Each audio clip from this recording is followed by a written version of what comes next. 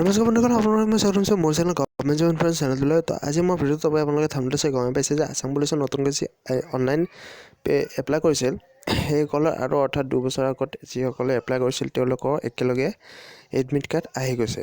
চ' এতিয়া আপোনালোকে admit card download কৰিব পাৰে আফটাৰ চাম ডেজ, ঠিক আছে। চ' এইটো ভিডিঅ'টোত জানক কিছুমান আছাম পুলিচৰ ভিতৰৰ কথা।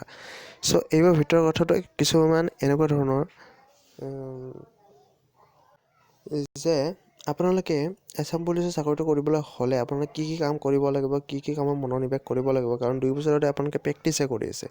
ভিতৰৰ প্ৰচেছখিনি জনাটো অতিকৈ ইম্পৰ্টেণ্ট, সেইকাৰণে এইটো ভিডিঅ' সকলোলৈ শ্বেয়াৰ কৰি দিয়ক যিসকলে আছাম পুলিচৰ চাকৰিটো ল'ব খুজিছে, ঠিক আছে। এইটো চাকৰি আপোনালোকে কি কৰিব প্ৰথমবাৰৰ বাবে যে আপোনালোকে যিকোনো এটাত এক্সিলেণ্ট মাৰি আহিব লাগিব। হয়তো আপুনি দৌৰত এক্সিলেণ্ট মাৰক, নহয়তো আপুনি লং জাম্পত এক্সিলেণ্ট মাৰক, ঠিক আছে। ৰিটাৰ্ণটো কথাবোৰ নকওঁ, কাৰণ এইখিনিত যদি আপোনালোকে এক্সিলেণ্ট মাৰিব নোৱাৰে তেতিয়াহ'লে আপোনালোকক ৰিটেনত মাতিব নে নেমাতে, সেইটো এটা বিগেষ্ট কুৱেশ্যন হিচাপে আমাৰ হাতত আহি পৰে, ঠিক আছে। কাৰণ মোৰ লগৰবোৰে নকওঁ, মোতকৈ ডাঙৰ কিছুমান এনেকুৱা ল'ৰা ছোৱালী এতিয়াও আছে যিসকলে দৌৰত অৰ্থাৎ ৰানিঙত এক্সেল মাৰিছিল কিন্তু তেওঁলোকক ৰিটেনত নামাতিলে, ঠিক আছে।